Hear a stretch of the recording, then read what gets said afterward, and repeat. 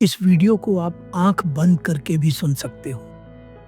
ये कहानी आपका दिमाग खुद विजुअलाइज कर लेगा। आलस क्या है और इसे कैसे खत्म करें?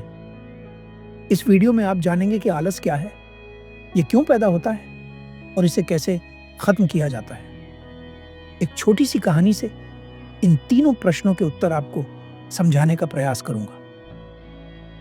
एक बार एक आलसी व्यक्ति एक बौद्ध भिक्षु से पूछता है, मुनिवर, मेरे भीतर बहुत आलस है, जिसके कारण मैं जो भी करना चाहता हूं वह कर नहीं पाता।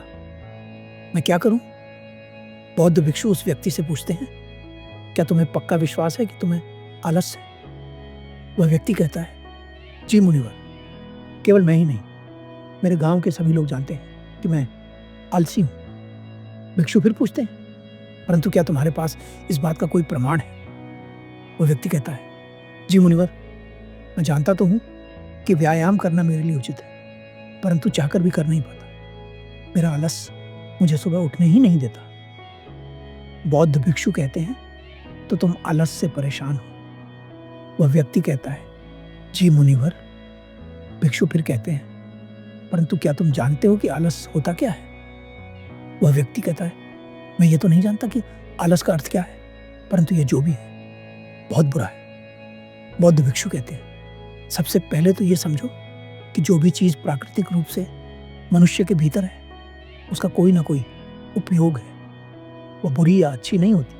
आलस एक भाव है, एक विचार है जिसे जाने अनजाने में हम खुद ही पैदा करते हैं। वह व्यक्ति पूछता है, परंतु वह कैसे?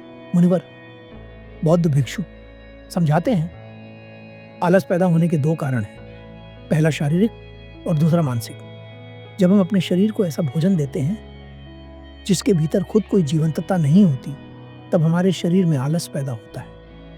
यह शरीर ऊर्जा से चलता है और जिस तरह की ऊर्जा आप इसे देते हैं यह उसी तरह से व्यवहार करता है। शारीरिक स्तर पर हमारे भीतर आलस का दूसरा कारण है गलत तरीके से बैठना, गलत तरीके से चलना और गलत तरीके से सोना।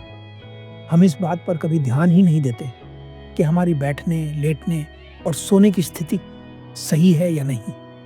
अगर तुम तथागत बुद्ध को देखोगे तो पाओगे कि जब वे बैठते हैं तो उनकी रीढ़ की हड्डी एकदम सीधी होती है। जब वे लेटते हैं तो उनके शरीर के किसी भी अंग पर कोई दबाव नहीं पड़ता।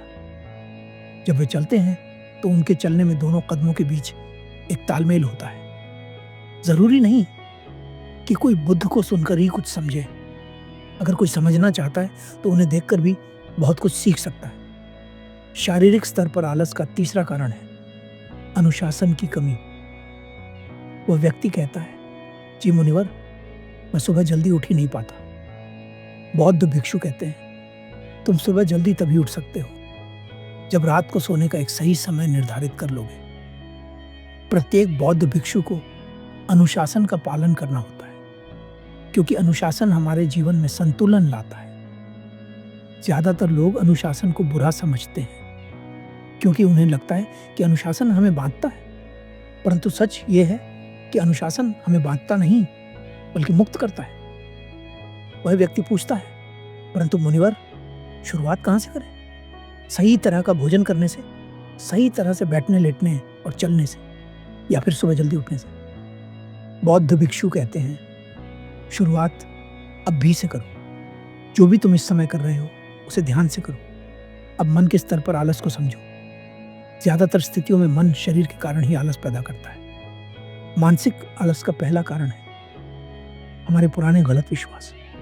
हमें लगता है कि हम पिछली बार भी नहीं कर पाए थे, इसलिए इस बार भी नहीं होगा। हम ये नहीं देखते कि इस बार और पिछली बार में बहुत अंतर है। अब हम वो नहीं हैं जो पहले थे।